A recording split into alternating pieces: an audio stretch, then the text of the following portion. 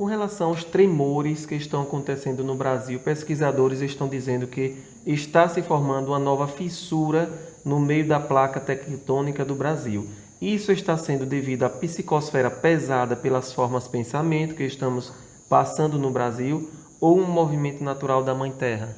Sim, existe uma influência muito grande. Inclusive já tinha falado, não sei em qual hospital exato, que o estado da Bahia passaria por alguns tipos de... As gargantas seriam abertas e estivemos em um tratamento em algumas missões no estado da Bahia, aqui no país de vocês, em que gargantas foram abertas, não é? Isso. Houve tremores, não é?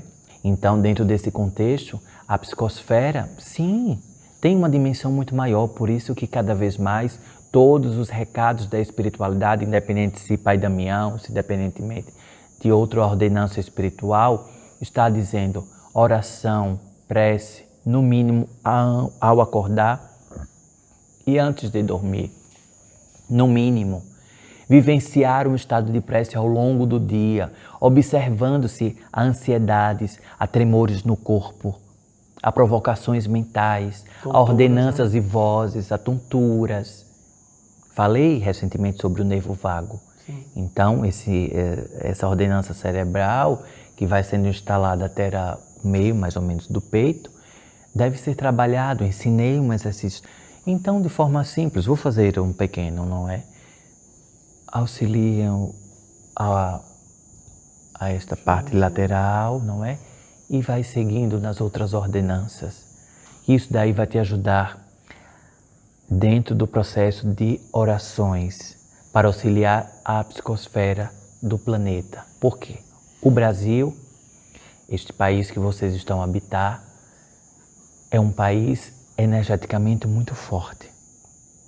Geralmente os espíritos que vêm para cá são espíritos trazidos de guerrilhas, contextos de outras ordens europeias, de África por conta da Pangeia, principalmente, diante da grande afinidade com a África. Então, trazido por grandes batalhas.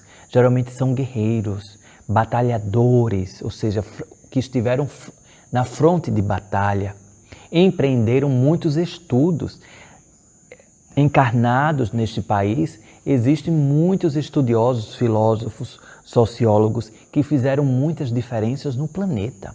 Então, é um país com poder espiritual, diante dos processos, inclusive tribais, primários, habitantes, alicerçados com os de África, alicerçados ainda mais com a reverberação do próprio povo brasileiro, em termos das suas próprias ritualísticas, litúrgicas, independentemente de religiosidade, porque acredito que a população deste país cada vez mais está percebendo a grande ordenança do templo, que era o corpo, e a ordenança do propósito divino e o propósito de vida. Então, caríssimos, é natural que as formas de pensamento, não é aproveitando a pergunta anterior, as formas de pensamento, quando não bem orquestradas e trabalhadas, vão provocando essas fissuras na placa tectônica que outrora acreditava-se ser inteira. Mas diante dos desgastes, não só atmosféricos, mas de sustentabilidade, por isso que chamamos sempre a atenção para o contexto da sustentabilidade, para o meio ambiente a ser recepcionado. Existe essa fissura, e essa fissura pode se abrir ainda mais, separando territórios. Então não estamos falando de uma falácia, estamos falando de uma realidade vívida. Então prestem atenção e tomem conta, sendo fagulhas iluminativas da ordenança espiritual. Cada um pode fazer a sua parte, sem esperar que o outro tenha iniciativa. Dê você a iniciativa. Então, essas mudanças climáticas também estariam inseridas nesse contexto? Sim, Estamos tendo mudanças da sustentabilidade principalmente. Porque não é de agora que a espiritualidade vem a falar da preocupação das calotas, das geleiras, não é? Das calotas, de uma alteração climática em todo o planeta. Então não adianta você ter o pensamento que estar alheio a essa informação, porque você está dentro do planeta. Então, tudo que acontecer dentro do planeta, enquanto você estiver encarnado, ou até mesmo você desencarnado, mas ainda aprisionado no planeta Terra, vai reverberar em você. Então, as calotas das geleiras estão cada vez mais sendo desprendidas, aumentando o quantitativo de volume dos oceanos, vindo como ondas e provocando cada vez mais a aproximação das águas aos territórios, com as invasões naturais. Então, caríssimos, cada vez mais busquem alternativas. Participei recentemente de uma reunião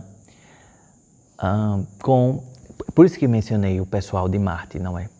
Participei recentemente com um contexto espiritual dentro de uma pequena colônia que tive a permissividade de visitar dentro da órbita de Marte.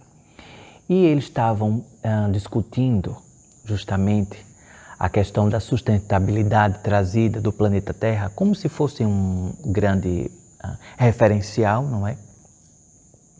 O quanto os residentes do planeta Terra ainda estão vibrando em um egoísmo muito profundo.